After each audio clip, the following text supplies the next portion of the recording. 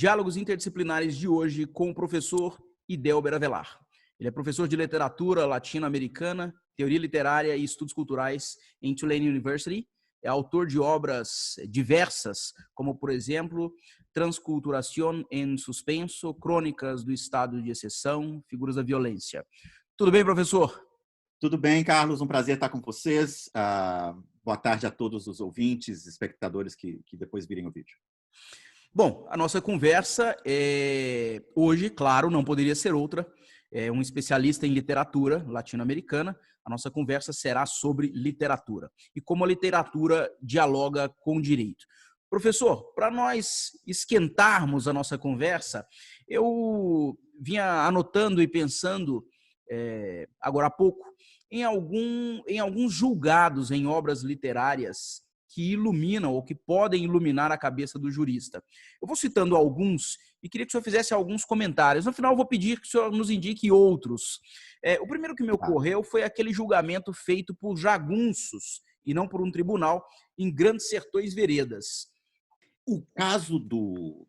Deixa eu começar, Carlos. Eu vou falar do Grande Sertão para você em um segundo, mas deixa eu começar só para localizar essa discussão, que é muito interessante, contando para vocês que provavelmente muita gente não sabe que o romance, essa forma romance, ou seja, a narrativa longa, em prosa, de ficção, na qual o nome do autor na capa do livro difere do eu que fala no interior do livro, essa forma romance, que tem mais ou menos 465 anos de idade, ela é uma forma moderna, ainda que existam narrativas em prosa de ficção no mundo antigo, como, por exemplo, o Satiricon de Petrônio.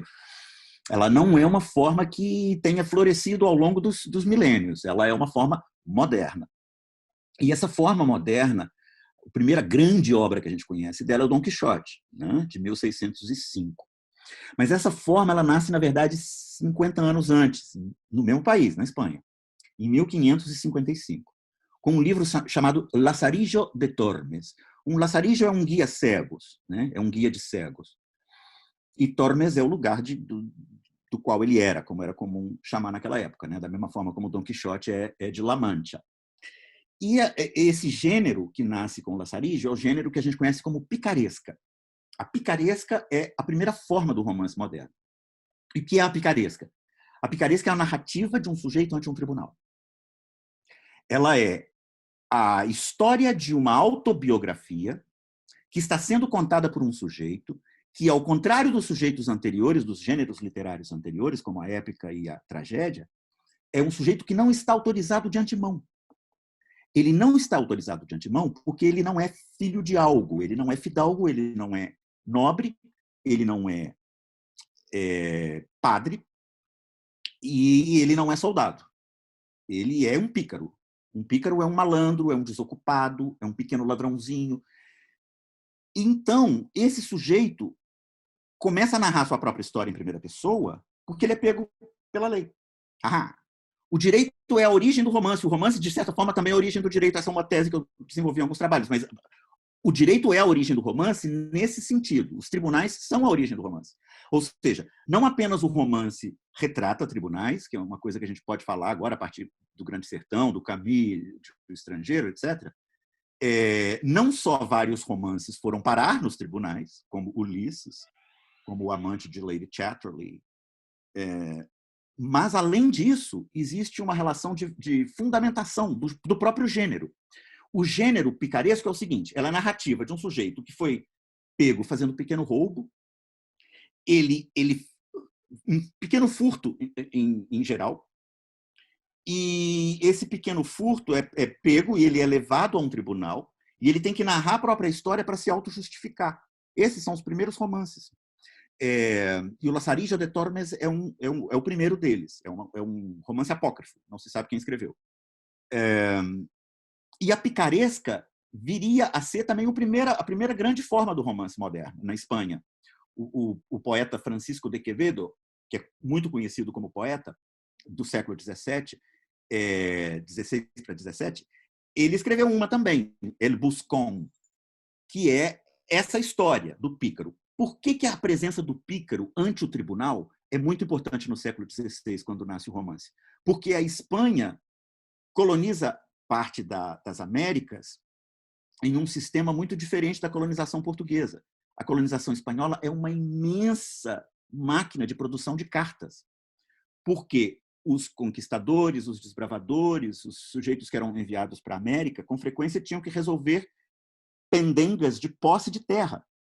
E essas pendengas de posse de terra eram resolvidas com cartas à coroa.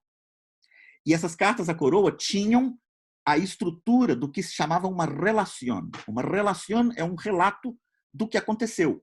E, em geral, era de sujeitos que eram obrigados a escrever para a coroa porque eles não estavam previamente autorizados. Então, o romance se inaugura como gênero com a narrativa de um sujeito ante o Tribunal do Estado. Ele tem que se justificar.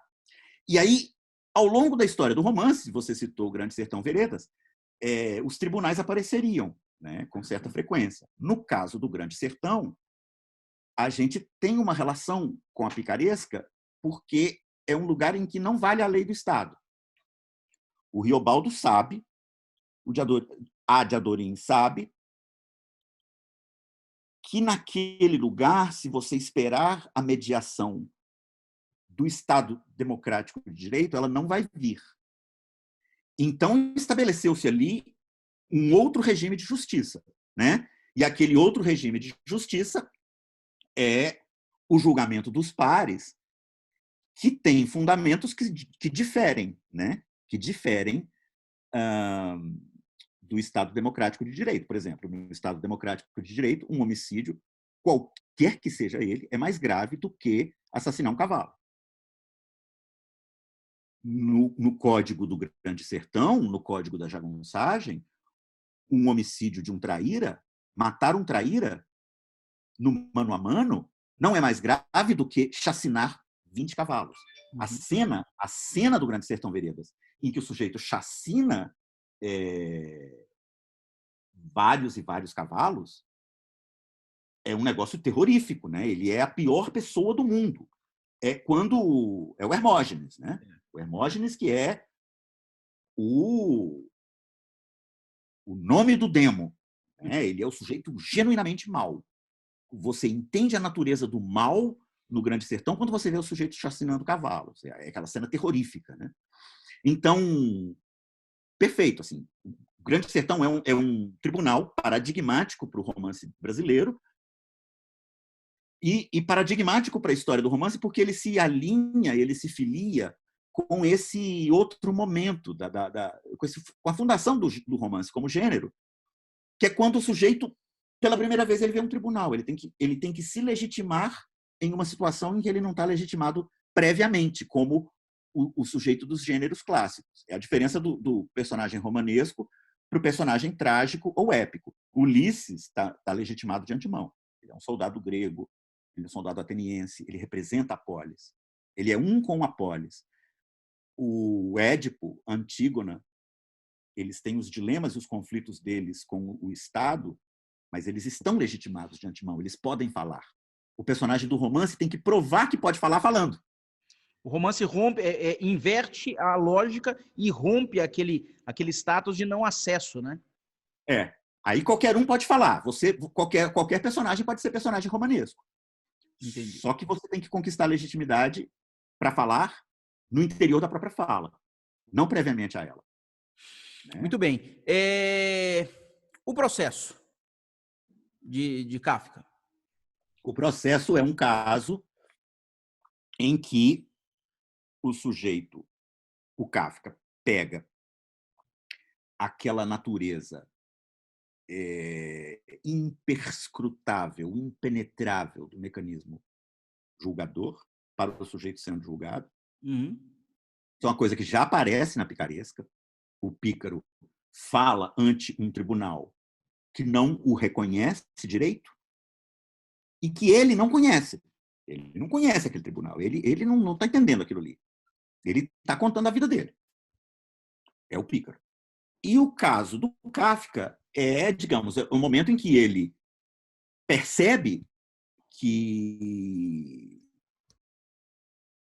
existe uma inscrutabilidade, uma impenetrabilidade do mecanismo julgador para qualquer sujeito que está sendo julgado.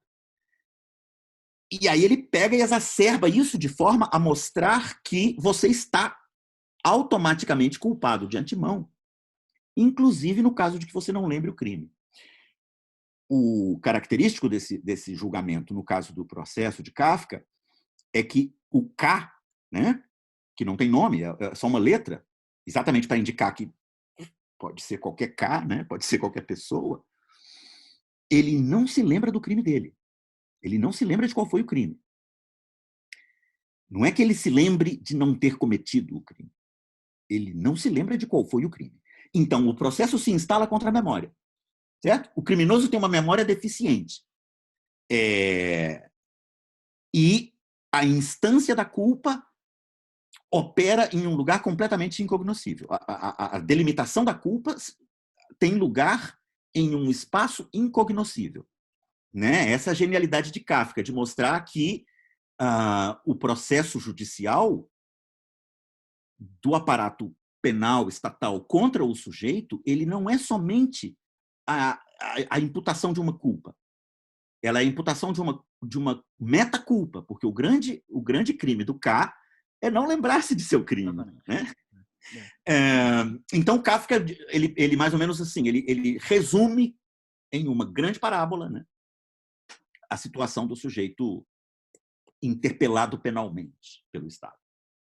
É uma síntese literária do que ainda ocorre, eventualmente. Né? O Estrangeiro, de Camus. O Estrangeiro, ele é uma história curiosa, porque eu trabalho muito com meus alunos a diferença entre a voz do autor e a voz do narrador. Né? Uhum. É uma história que as pessoas muitas vezes se enganam e existem processos que aconteceram na cultura brasileira, que não vêm ao caso, e que reforçam a confusão entre voz de autor e voz de narrador. Né? Então, eu digo aos alunos, olha, você pode perfeitamente ter um romance feminista com um narrador machista, e vice-versa. Uhum. Você pode ter perfeitamente uma novela, um romance antirracista, no qual o narrador diga coisas racistas. Né? Uhum. Então, quer ver um romance feminista com um narrador machista? Dom Casmurro. Certo? Dom Casmurro, as coisas que Bentinho diz não são as coisas que Machado diz. Capitu traiu ou não traiu? Ora bolas. O Machado escreveu o romance exatamente para mostrar que a pergunta é inevitável na cabeça do narrador e respondível para qualquer leitor, porque o Bentinho não presenciou nada, a narrativa é em primeira pessoa, o que você tem são as impressões dele. Não quer dizer que ele esteja errado, nem que ele esteja certo. Quer dizer simplesmente que o Machado, ao transformar o romance em terceira pessoa em romance em primeira pessoa, ele também transforma o romance de adultério em romance de ciúme. Dom Casmurro é um romance de ciúme, não é um romance de adultério. O adultério pode ter acontecido ou não, mas se aconteceu, ele aconteceu fora do romance. Portanto, ele não nos interessa. Certo? Ele só pode interessar o Bentinho, e o que nos interessa é o que está no texto. O que está no texto é o Bentinho com seu ciúme. Então, o Machado faz uma inversão que é muito simples. A história se contava em terceira pessoa, agora ela vai ser contada em primeira pessoa. Ao transformar o romance de adultério de terceira pessoa. Todos os romances de adultério são narrados em terceira pessoa. Madame Bovary, Ana Karenina, etc. Ele pega essa tradição e transforma o romance de adultério em um romance de ciúme. Né? E no caso do L'Étranger, de Camus, acontece um pouco isso, né? Porque o Camus é um sujeito argelino, anticolonial, mas, ao mesmo tempo, profundamente crítico da tradição que dominava naquele momento a esquerda francesa, é profundamente crítico do sartrismo, né? Uhum. Profundamente crítico daquela tendência que tem o Jean-Paul Sartre de passar pano para o stalinismo, passar pano para os autoritarismos do Partido Comunista, enfim, mascarar determinadas atrocidades, desde que sejam atrocidades cometidas pelo meu lado, né? E o L'Étranger é um assassinato de um árabe, né? É uma voz que é profundamente racista, né? A voz narrativa. Uhum. E por trás, você está vendo Camus ali mostrando, olha, a situação no aparato estatal é esta, né? É um tipo de gesto que naquele momento que me agrada muito mais do que o do Sartre, né? Que é um gesto mais certo de estar oferecendo soluções, né? Camus é um sujeito de cuja leitura você sai em geral sem ter grandes soluções, mas que aprofunda muito mais nos problemas, exatamente porque ele não quer mascarar as presepadas de ninguém. Talvez para nós do direito o papel da literatura seja esse, fazer a reflexão, né? Sem entregar soluções. É entregar soluções, exatamente assim. Uma das coisas que você, em algumas parte de algumas tradições literárias, por exemplo, você tem um insight que eu acho que é fundamental para o direito, que é o momento em que se estabelece, isso na literatura argentina é muito debatido ao longo do século XIX, o momento que se estabelece a pena de morte para crimes contra a propriedade. Que tal? Esse momento é um momento chave para o direito, né? É um momento chave para o direito. Quer dizer, você tem crimes contra a propriedade, que não atingiram nenhum ser humano. Não atingiu a integridade ou a vida de nenhum ser humano. São crimes contra a propriedade. Em vários momentos, a grande polêmica entre o Sarmiento, que é o cara que fundou a nação argentina com um livro, Facundo, etc., e os seus colegas de exílio liberais, mais grudados no que seria a fórmula francesa ou inglesa para se implantar na Argentina, a grande briga dele com esses liberais é que esses liberais eram favoráveis ao estabelecimento da pena de morte para crimes contra a propriedade. Isso é um debate muito chave para a literatura, né? Tem muitas obras literárias em que existe uma pena de morte para um crime contra a propriedade, né? Que é um momento, digamos, se a gente quer refletir sobre os limites do direito penal ou os limites que deveria ter o direito penal, né? Assim, naquela linha de reflexão dos penalistas, dos garantistas, de que o direito penal é uma forma de limitar o poder punitivo do Estado, né? Essa discussão sobre a instalação da pena de morte para crimes contra a propriedade é muito chave, e a literatura tem um vasto caudal de obras que tratam disso. Bom, antes da gente falar disso, porque eu quero conversar logo mais com o senhor sobre a literatura argentina, especificamente, porque, para quem nos assiste, o professor é um dos grandes especialistas em literatura argentina.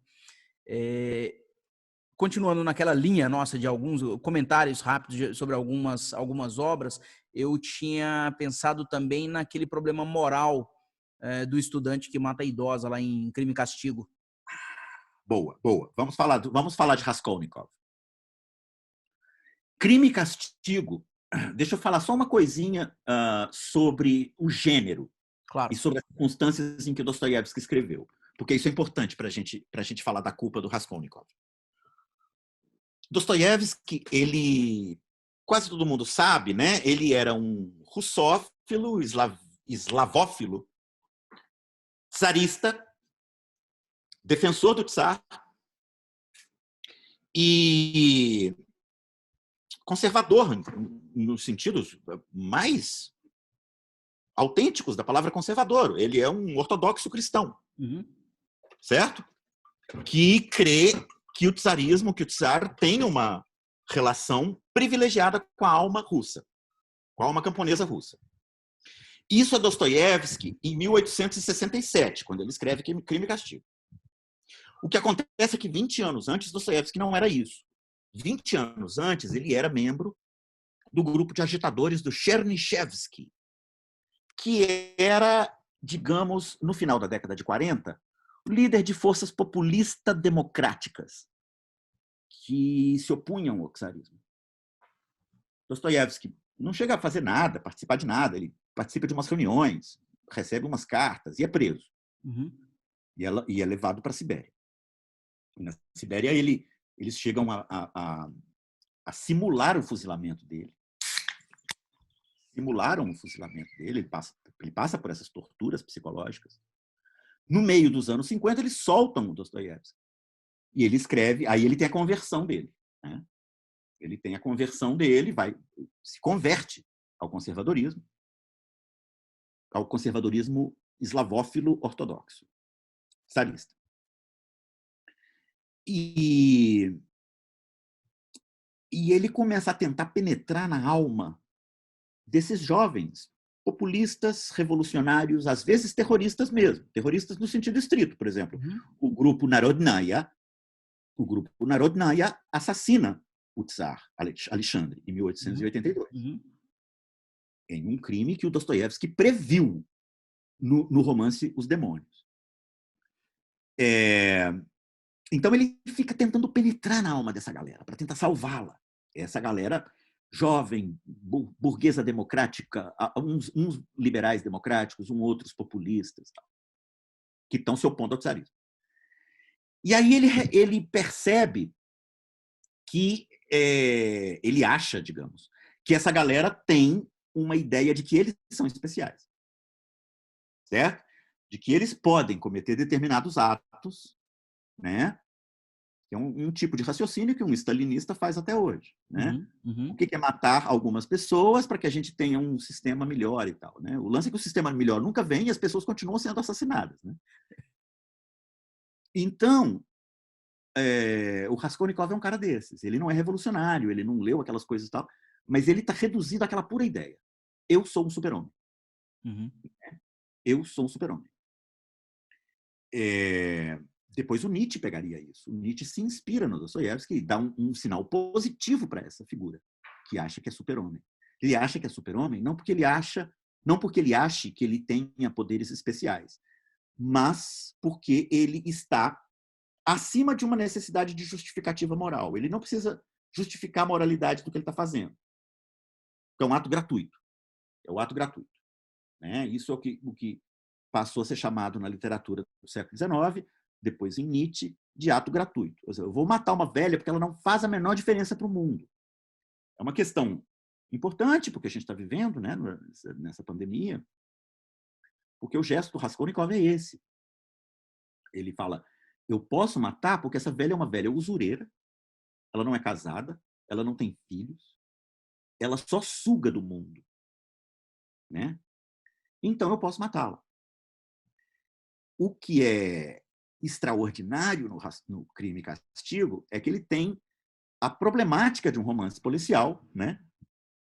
Só que ele é um romance policial que na primeira página você sabe quem que é o culpado. Né?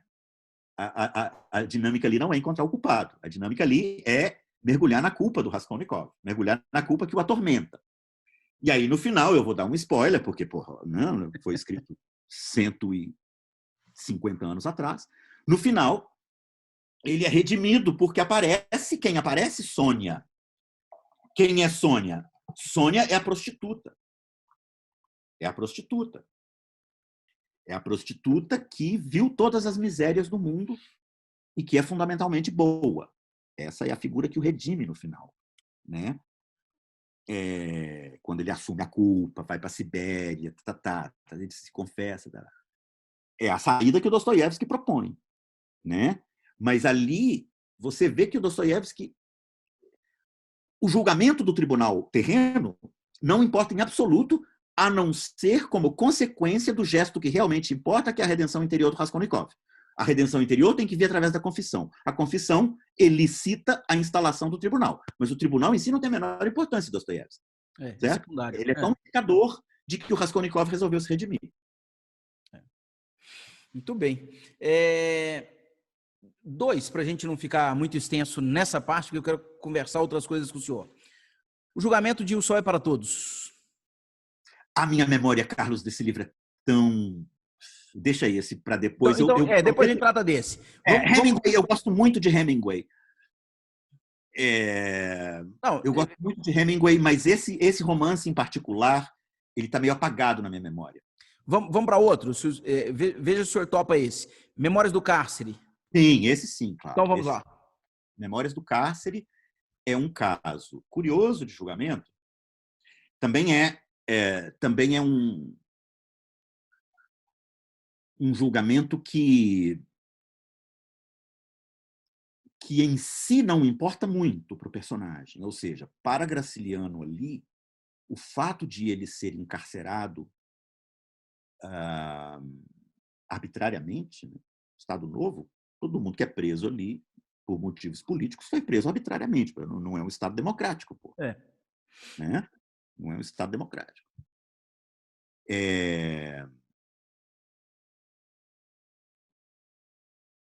E ali, o Graciliano... Bom, Memórias do Cárcere é um dos livros mais extraordinários da literatura brasileira, vamos, em primeiro lugar, dizer isso. Né? 2 volumes que o Graciliano escreve logo no processo de ser preso e depois no momento imediatamente posterior à sua liberação, que é logo no começo do Estado Novo. Mas é um livro que sai muito depois, né? Ele sai nos anos 50 e coloca uma voz que o Graciliano não tinha colocado ainda, que é uma voz autobiográfica. Né? O Graciliano tinha a voz dele de jornalista, tinha a voz dele de ficcionista, de contista e romancista, e ele tinha a voz dele de prefeito de Palmeira dos Índios. Tinha tido. No final dos anos 20, começo dos anos 30, Graciliano é um prefeito comunista no interior de Alagoas. Né? Ele é um prefeito que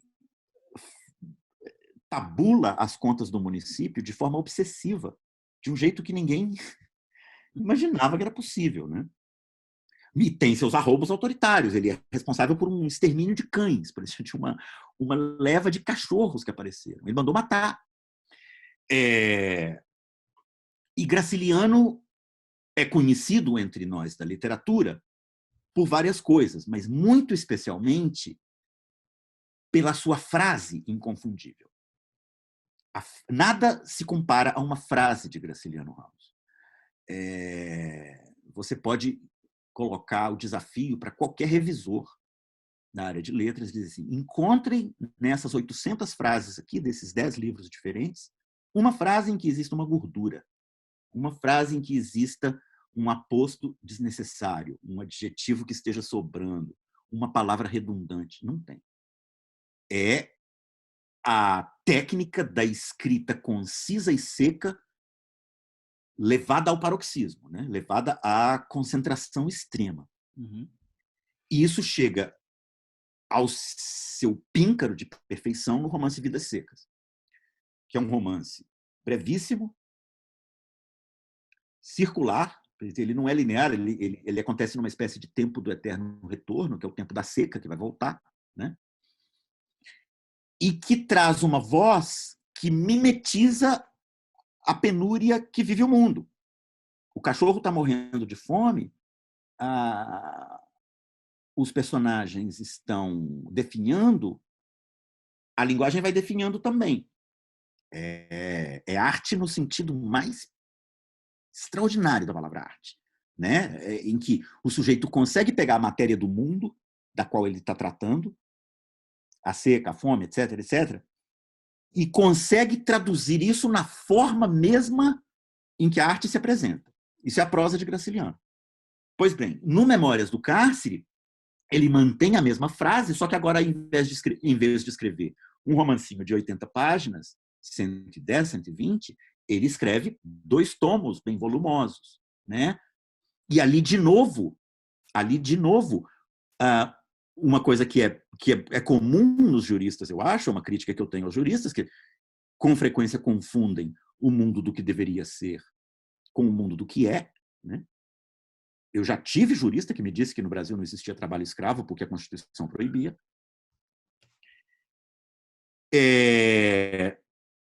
Ali, o Graciliano tem 0 ilusões jurídicas. Ele tem 0. É um livro excelente para juristas, porque você fala assim, tudo o que importa aqui é a força bruta. E se a força bruta do Estado triunfar, eles vão encontrar o argumento jurídico. Isso é o de menos. Certo? Como sabe qualquer bom procurador, você encontra o crime. Depois você monta o raciocínio. Enfim, Não estou falando que todo procurador faz isso, né, doutor? Eu estou dizendo que é um recurso que está disponível, né? É um recurso que está disponível para aquela formação discursiva ali. E o Memórias do Cárcere é a grande autópsia, é a grande Polaroid, o grande xerox dessa formação discursiva, através da qual o Estado tem o poder de imputar culpa, né? Mesmo que não exista culpa nenhuma de nenhum crime tipificado no Código Penal. Muito bem. Bom, o professor é um especialista em literatura latino-americana, literatura brasileira. Nesse bate-papo que nós estamos propondo a interseccionalidade entre o direito e a literatura, nós que estamos vivendo agora, tanto aqui no Brasil quanto aí nos Estados Unidos, onde o senhor vive, essa pandemia, na verdade é mundial, né? Eu queria perguntar para o senhor, amor nos tempos de cólera, isso pode nos iluminar de alguma forma? Eu acho que sim. Eu precisaria dizer uma coisinha sobre a minha relação com o Garcia Marques. O que quiser. Eu sou associado, né? Eu uso 2 chapéus. Assim. Eu tenho um chapéu acadêmico, que eu publico meus livros acadêmicos, dou as minhas palestras acadêmicas, publico nas revistas acadêmicas.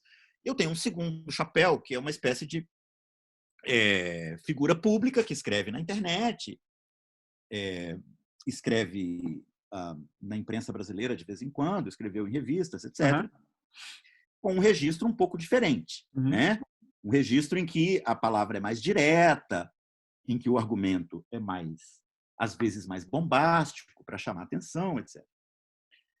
E eu sou corresponsável por uma certa relativização do valor do Garcia Marques, que eu considero um grande escritor, mas que virou, durante certo tempo, uma espécie de voz da América Latina. Uma posição que me incomodava um pouco, né? Então, eu fui muito crítico da estética do realismo mágico, porque eu acho que é uma estética que encaixou muito bem em certos desejos de exotismo, né? Certas comarcas gringas, certas comarcas escandinavas adoram realismo mágico, adoram latino-americano sendo palhaço. No fundo é isso. Mas é um grande escritor. Um grande escritor, sem dúvida nenhuma que é um grande escritor. Eu estive algumas vezes na Cartagena, Natal. Ele nasceu numa cidadezinha perto de Cartagena, ali no Caribe colombiano. Marques é caribenho, antes de ser colombiano. Ele é caribenho. A Colômbia, ao contrário, você citou aí na minha apresentação um livro chamado Transculturación en Suspenso. Esse é um livro que eu escrevi sobre literatura colombiana do século XIX, expondo o fato de que a Colômbia é o único país latino-americano no século XIX que não se unifica como Estado-nação no século XIX. Ele mantém uma espécie de federação de regiões autônomas, e isso, obviamente, se traduz na literatura em tradições literárias muito diferentes. Então, o Garcia Marques está muito ligado a uma tradição caribenha, especificamente caribenha. O Garcia Marques tem mais a ver com Cuba, com Porto Rico, do que com outras regiões da Colômbia, do que com Bogotá, certo? Essa dimensão que às vezes o brasileiro perde. O brasileiro sabe disso em seu próprio país, certo? Assim, o Nordeste é muito diferente do Rio, etc. A literatura do Rio Grande do Sul tem mais a ver com a literatura do Uruguai do que com a literatura de Pernambuco. Óbvio. A língua ali é de pouca monta. Então, esse romance ele é muito interessante porque ele é um romance sobre a espera, né? Tem que esperar, é um romance de quarentena. O amor tem que esperar. Essa é uma tradição muito caribenha, que tem uma história na Colômbia. Assim, o romance inaugural da Colômbia, não é o primeiro romance, mas é o romance que vira uma espécie de Iracema colombiana, que vira tema de novela e tal, chama-se Maria. E Maria é a história de 2 primos que se amam, mas eles não podem se casar porque não é por causa do incesto, não. Primos, tudo bem. Mas é porque o rapaz precisa ir estudar na Inglaterra para poder fundar o país, porque o país está em cacarecos. E ele tem que ir e voltar antes da Maria morrer, porque ela tem uma espécie de enfermidade congênita. E ele não chega a tempo, evidentemente, né? Tem um outro romance do Garcia Marques, que é um romance superior a esse Amor dos Tempos de Cólera, na minha opinião, apesar de bem mais breve, que se chama El Coronel no tiene a quien le escriba, que saiu no Brasil com o título de Ninguém Escreve ao Coronel, que é uma história espetacular, que é sobre direito. É a história do cara que tem a aposentadoria dele aprovada, é sobre direito trabalhista. Ele tem a aposentadoria dele aprovada e está esperando chegar o papel. O correio vem às sextas. Ele está esperando chegar o papel para começar a receber a aposentadoria. E o único bem que ele tem é um galo de briga, que ele tem que continuar engordando, porque se o galo ficar magrelo, ele perde patrimônio. Garcia Marques. Espetacular. Por que eu estou falando desse romance, se você me perguntou do Amor dos Tempos de Cólera? É porque o Garcia Marques trabalha nesse compasso da espera. Esse Ninguém Escreve ao Coronel é a história inteira. É a espera desse sujeito pela aposentadoria. Eu acredito que eu não estou dando nenhum spoiler se eu disser que a aposentadoria não chega. Nunca chega. E ele tem esse galo, que ele tem que passar fome, ele, personagem, tem que passar fome, fazer os filhos passar fome, para o galo poder comer. Para alimentar o galo. Alimentar o galo. E a história dos Tempos de Cólera. Então, assim, é muito legal. Eu sou fã do Garcia Marques, já estive com ele, antes dele morrer, na mesinha em que ele gostava de almoçar, na pracinha de Cartagena. Cartagena é uma cidade incrível, porque são os primeiros fortes construídos pelos europeus nas Américas. É uma cidade de praia caribenha, toda com fortes do século XVI, do começo do século XVI, que são incríveis. E esses fortes formam atrás deles uma pracinha de cidade do interior, com igrejinhas não muito diferentes das de Ouro Preto, outra pegada, outra arquitetura. E o Garcia Marques comia ali. E era um sujeito que recebia, às vezes, Zé Ninguéms como eu, que passamos ali, passei ali, e falei, maestro, me puedo juntar? E ele é tranquilo, não, siéntese, e daquele jeito colombiano, sempre falando de usted, né? Sempre chamando a gente de senhor. Ao contrário da Argentina, que todo mundo já, né, tetuteia, vos. Então eu gosto da figura, mas eu tive que, na minha atividade, digamos, de ensaísta, bombardear um pouco o que o realismo mágico passou a representar, porque era uma coisa meio estereotipada demais. Mas o Garcia Marques é um grande narrador. É um grande narrador, e esses romances dele trabalham muito esse tema da espera, que é um tema que nós estamos vivendo hoje, né? Estamos esperando. É o tema da espera. Estamos nesse tempo de espera, né? Bom, o professor, ele é um especialista marcadamente na literatura argentina. E a literatura produziu obras literárias que podem ter interesse muito específico para o jurista, principalmente hoje, né? Eu estou falando da literatura ali de 76 a 83, daquele período da ditadura ali, que mais de 30 mil pessoas morreram na Argentina. Que dica o senhor nos daria dessa literatura? E o que o senhor tem a nos dizer dela? Rapaz, é muita coisa. Porque eu considero, não é porque é a minha praia, na verdade a relação de causalidade é inversa, eu considero a literatura argentina a melhor do mundo, em prosa de ficção, hoje, nos últimos 45, 50 anos. A melhor do mundo. Do mundo ocidental, né? Eu não sei o que aqui estamos escrevendo no Japão, na China. Quando eu falo mundo... O nosso mundo aqui, de cá. Da Rússia para cá. Da Rússia para cá, incluindo a literatura que a gente conhece, sul-africana, egípcia e tal, que é muito boa, mas eu considero a literatura argentina a melhor do mundo, nesses últimos 50 anos. Literatura, prosa de ficção em particular, apesar de que a poesia também é muito rica. Existem razões históricas para isso, né, Carlos? É um país que foi alfabetizado muito cedo. O irigogenismo é a corrente política que segue o presidente Hipólito Yrigoyen, que é o presidente liberal da Argentina. O irigogenismo comanda a política argentina entre 1916 e 1930.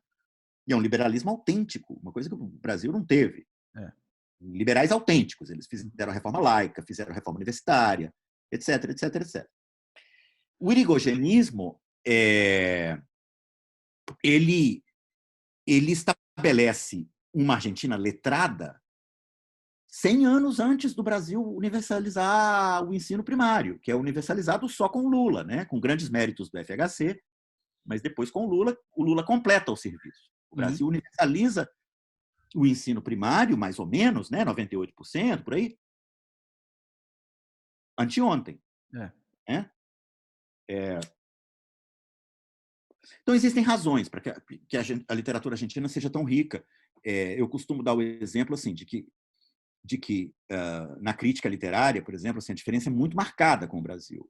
A Argentina tem uma tradição de 100 anos de produção de obras monumentais de crítica literária, que não se conhece no Brasil. E aí eu digo com os alunos, brincando assim, comparar a crítica literária brasileira com a crítica literária argentina é como comparar a percussão brasileira com a percussão argentina. É evidente que a percussão brasileira é muito mais rica. É evidente.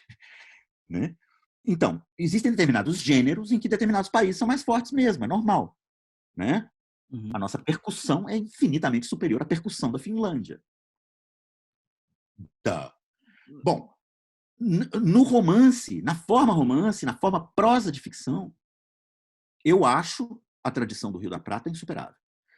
Então, para responder rapidamente às suas perguntas sobre a literatura mais recente, assim, eu costumo oferecer para o pessoal assim 4 ou 5 recomendações em vez de oferecer 30. Porque se você oferece 30, a galera não lê nenhuma. Né? Eu gostaria de oferecer o Juan José Saer, S-A-E-R. Ele é autor de 12 romances. Todos os romances, com exceção de um deles, têm lugar no mesmo ponto, que é as margens do Rio Paraná, na província de Santa Fé, perto da cidade de Rosário. Todos os romances acontecem ali. 6 deles estão traduzidos ao português. São de fácil localização em português. 6 ainda restam por traduzir. Eu considero a obra de Juan José Saer a maior obra romanesca dos últimos 100 anos no mundo. Ele é o escritor que, na minha opinião, levou a forma romance. Depois daquela vanguarda do começo do século XX, Joyce, Kafka, Proust, Faulkner, Virginia Woolf, que tiveram o seu auge nos anos 20, né? 30, o Faulkner. Nesses últimos 90 anos, eu não conheço uma obra romanesca de pujança, extensão, finura e complexidade comparável à de Juan José Saer. O romance dele, da época da ditadura, tem vários. Tem um chamado Nadie Nada Nunca.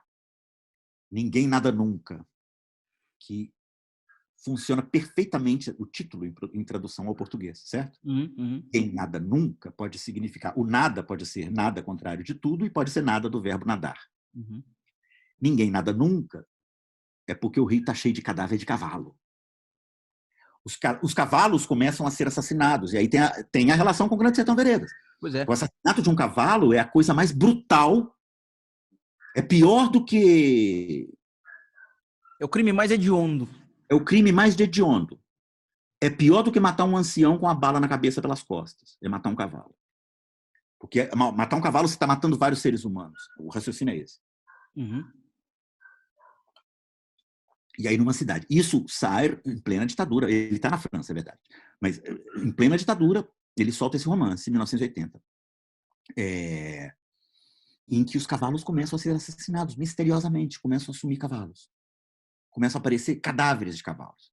E aí eu não vou contar o que acontece, porque aí, assim, seria um spoiler de mau gosto, porque eu sei que praticamente ninguém leu. Juan José Saer, Ricardo Piglia, é um escritor mais conhecido no Brasil, ele admirava muito a literatura brasileira, ele nos deixou há pouco tempo. Ele escreveu também um romance em 1980 que se chama Respiração Artificial. E é a história de um cara, na época da ditadura, que está recuperando arquivos de um tal Marcelo, que foi ativista contra uma ditadura do século XIX. E ao buscar os materiais desse cara, ele vai desenterrando os horrores da história argentina. É um romance clássico, ele está disponível no Brasil e tal, eu escrevi muito sobre ele. Ricardo Piglia é outro que eu com certeza recomendaria para todo mundo. E aí, dos novíssimos, eu vou recomendar um que, porque eu sei que tem muita gente no Brasil que gosta de futebol, se chama Duas Vezes Junho, do autor argentino Martín Coan. Coan, aquele sobrenome judeu, K-O-H-A-N. Martín Coan é jovem assim, ele é mais jovem que eu, ele deve ter uns 47, 48 por aí. Escreveu muitos romances, já foi traduzido no Brasil. E esse é um romance maravilhoso sobre a Copa do Mundo de 78. Só que não é sobre a vitória argentina, é sobre a derrota argentina, porque a Argentina perde um jogo na Copa de 78. Na primeira fase, ela perde para a Itália. E ele escolhe a noite da derrota para a Itália para criar a história de um soldado raso que trabalha no aparato de repressão e que recebe um determinado dia um bilhetinho que diz o seguinte: a partir de qual idade se pode começar a torturar um bebê?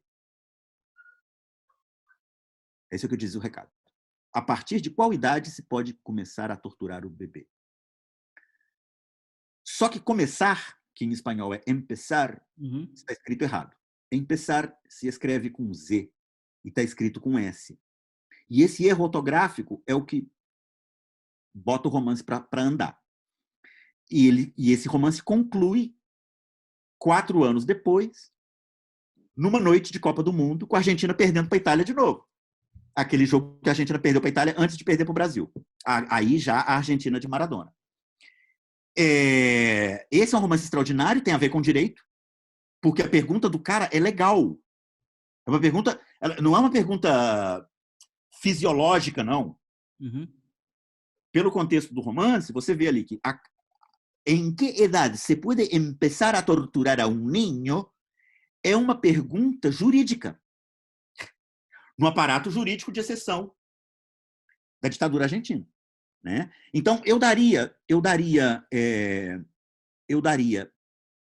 esses 3 autores, Juan José Sarre, Ricardo Piglia e Martín Coan, como 3 indispensáveis. O Juan José Sarre e o Ricardo Piglia são da geração que começou a publicar nos anos 60 e morreu ou nesta década ou na década passada. Sarre morreu em 2005, o Piglia nos deixou faz uns 2 ou 3 anos. 4, talvez.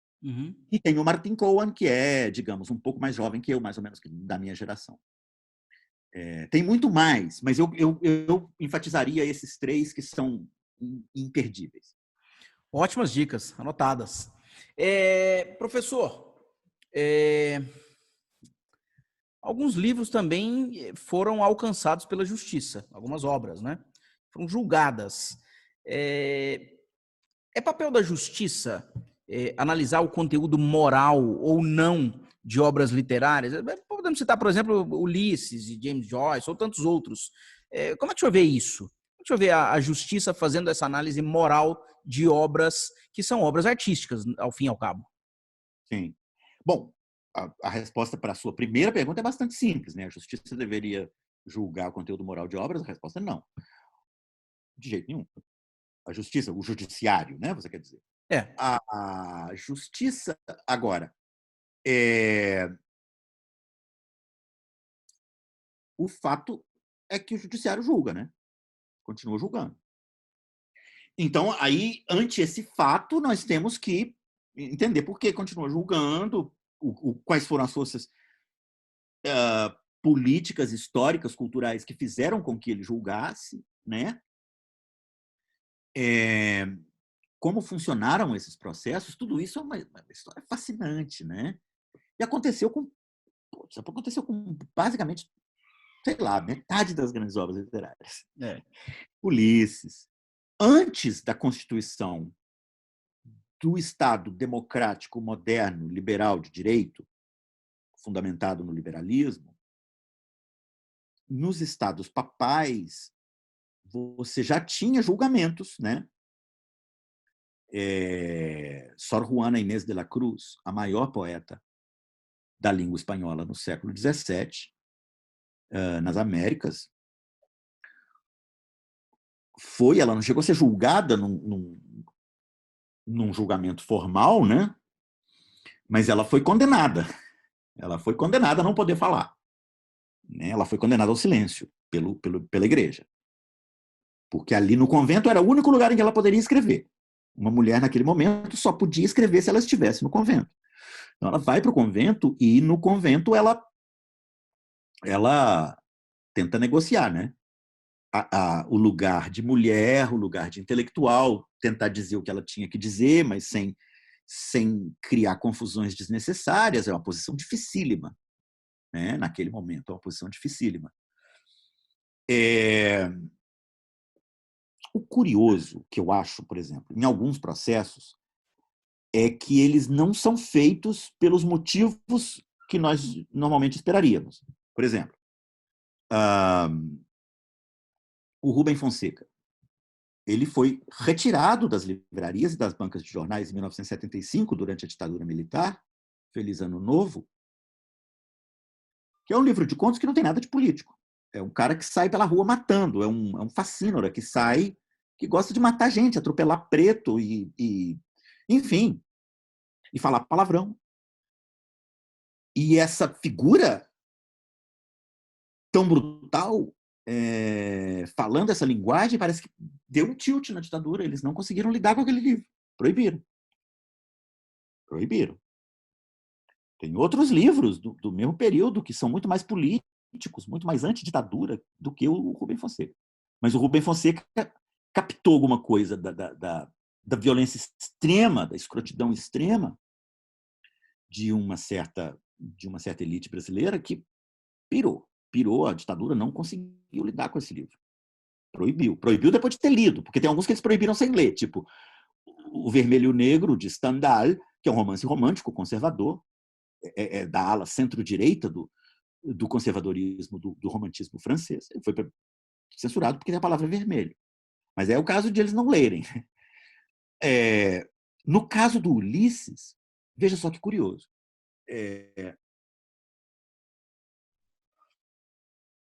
No caso do Ulisses, o que realmente criou, eu acho, um mal-estar enorme na sociedade de seu tempo é a masturbação feminina. Uhum. Não é o palavrão, não é o antissemitismo, não é o adultério em si. O adultério em si não é problema. Ele estava ali na literatura sendo... O problema foi o Joyce ter dado à mulher a voz e ter dado a essa voz uma autonomia, um prazer, né, na autossatisfação, que a sociedade daquele momento não conseguiu lidar com ela. Né? Não conseguiu lidar com ela. No caso de Joyce, tem outros fatores. Né? Joyce era um sujeito muito ligado não muito ligado pessoalmente, mas com profunda admiração pela luta anticolonial irlandesa. Uhum.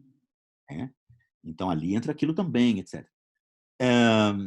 Nos escândalos de romance de adultério, por exemplo, Ana Karenina não cria um escândalo, mas o amante de Lady Chatterley cria, de D.H. Lawrence. Por quê? Será que é porque a Inglaterra era menos liberal que a Rússia? Não me parece. É uma boa hipótese. Né? Me parece que melhora a hipótese do fato de que, no caso de D.H. Lawrence, a adúltera não é punida. A adúltera fala com a sua voz e fala feliz e tranquila. Né? Então, é muito interessante ver as circunstâncias em que os romances foram arrastados aos tribunais. Essa é uma baita história. Assim, eu não estou com os títulos frescos na cabeça agora, mas há estudos muito interessantes sobre isso.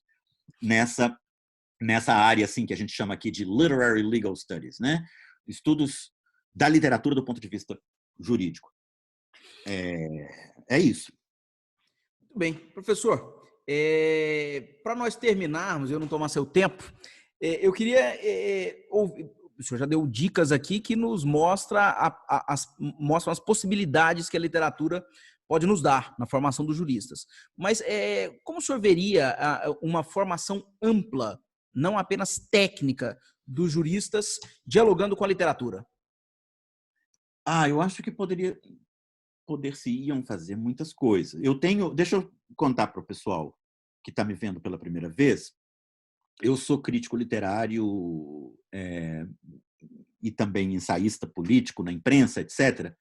E uma das coisas que une esses dois chapéus que eu visto é o fato de que eu trabalho sempre na interseção entre cultura, literatura, retórica, por um lado, e política, pelo outro. Mas eu escrevo relativamente pouco sobre política partidária, bastidores de Brasília, essas coisas. Me interessa mais a política no sentido amplo, assim, estrutural da coisa. E, nesse sentido, eu tenho tido uma relação muito próxima com a turma do direito, desde sempre. Eu conheço os debates do direito brasileiro, sou muito amigo de muita gente no Ministério Público, sou muito amigo de vários juízes, sou muito amigo de vários advogados garantistas, sou amigo de alguns abolicionistas que trabalham na luta contra o sistema penal, sou amigo de juristas conservadores também. Isso é uma razão pela qual sou criticado, às vezes, na esquerda. E uma das coisas que eu tentei ver assim, ao longo dos anos no meu trabalho é o funcionamento, como funciona a retórica. O direito é retórica, né? Direito é convencimento através da linguagem. Como funciona a retórica, como opera a retórica. E a literatura é um grande laboratório, né, de estudos sobre como funciona isso, né? Então, além desses romances todos que eu citei aí ao longo da apresentação, eu vou me permitir um alto jabá, então. Tem um texto meu, que é uma discussão com o Derrida. O Derrida tem um texto chamado Força de Lei, que é uma leitura de um ensaio de Walter Benjamin, no começo dos anos 20. Esse ensaio de Walter Benjamin se chama Para uma Crítica da Violência. E no ensaio Força de Lei, o Derrida tenta fazer uma crítica do Benjamin, dizendo que o Benjamin fez concessões a uma espécie de imaginário antidemocrático que não ligava para a formalidade democrática, assim como Heidegger também não ligava nos anos 20, e deu no que deu no nazismo. O que Derrida faz nessa história é mais ou menos dizer assim: o Benjamin, com esse impulso emancipatório e libertário, ele deu argumentos a algo que depois viria a dar no nazismo. Certo? E eu escrevi uma crítica contundente dessa leitura do Derrida. Ela saiu inicialmente em inglês, ela depois saiu em espanhol, saiu em português, ela circula em alemão, tem uns juristas alemães que gostam desse texto, porque o texto inicial do Benjamin é um texto em que ele tenta fazer uma distinção entre vários tipos de violência. A violência, ele começa dizendo assim, olha, tem uma violência que instala a lei, né? A Rechtsetzungen der Gewalt é a violência instaladora de lei, e tem uma outra violência que é uma violência que mantém a lei. Ela serve para manter a lei. O Benjamin vira e fala assim, nós precisamos de inventar um outro tipo de violência. No final do ensaio, ele chega à ideia de que tem uma violência divina, uma violência emancipatória, que ele chama de divina. Mas o importante é essa distinção entre a violência instaladora de lei, uma violência genética, e uma violência mantenedora. Certo? E aí o Benjamin, esse ensaio meu saiu em português, editado 2 vezes. Eu vou deixar para você aqui no chat o link para a edição brasileira desse ensaio. Está publicado na revista Cadernos Benjaminianos, da UFMG. É um ensaio que está publicado também no meu livro Figuras da Violência. Chegou aí, né? O que o Benjamin argumenta nesse ensaio são algumas coisas que Derrida não notou. E aí, depois que eu instalei esse problema, benjaminianos da Europa, Andrew Benjamin, essa turma que estuda Walter Benjamin de verdade, acolheu o meu ensaio, achou que eu estava certo, e até agora passaram-se 15 anos, e a turma, esse ensaio circula em todas as línguas, ele é discutido em certos círculos da turma que mexe com direito na Alemanha, porque o meu argumento ali é que o Derrida não enxergou algumas coisas básicas no texto do Benjamin. Uma delas é a seguinte, e essa é fundamental, eu acho, para juristas, especialmente para juristas brasileiros. O Benjamin diz o seguinte: nós temos aqui a violência que instala a lei, a violência que faz uma revolução, instala uma nova lei. E tem a violência a qual o novo sistema tem que recorrer para manter a lei que ele instalou. Certo? Esse é o direito. Pois bem, qual é o tipo de violência no qual a distinção entre violência mantenedora de lei e a violência instaladora de lei se dissolve? Esse tipo de violência é a violência policial. Porque na violência policial, cada vez que a polícia intervém com uma violência para manter a lei, ela, em geral, intervém violando a própria lei e criando uma nova lei. Isso acaba sendo uma violência de ruptura e não de manutenção. Não de manutenção. Né? Isso aí, qualquer brasileiro pobre sabe disso. Né? Qualquer brasileiro negro sabe disso. Que a polícia, ao intervir com a violência para manter a lei, ela instala uma nova lei. Certo? A irredutibilidade disso, Derrida não passa. O Derrida escreve um ensaio de 80 páginas dizendo que o Benjamin fez concessões a uma mentalidade pouco democrática, papapá, e não pegou essa diferença. E aí o meu ensaio trabalha essa diferença e trabalha uma outra dimensão do ensaio do Benjamin, que foi pouco trabalhada e que passou a ser mais trabalhada depois desse ensaio meu, que é de 15 anos atrás, que é o problema da instalação da pena de morte para crimes contra a propriedade, que é aquele tema que eu trabalhava aquele que nós falamos no início. Nós falamos no início, né? Porque ele fala assim, olha, no momento em que o Estado instala isso, aí você tem um salto qualitativo, né? A vida de ninguém esteve em risco e uma vida vai ser ceifada, né?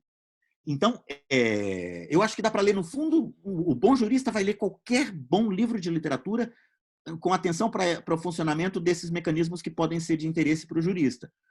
Mas como eu citei tantos romances já, né, eu acho que valeria a pena eu chamar a atenção, porque eu acho que é um ensaio que circulou, ele está circulando nos meios jurídicos da Europa. Aqui ele foi bem recebido pela turma que trabalha legal studies e literatura e tal. E eu acho que, como está em português, é fácil na internet, eu resolvi fazer o Alto Jabá para concluir. Alto Jabá maravilhoso, ótima dica e obrigado pelo link que vai ficar disponível lá para todos os que nos ouvem.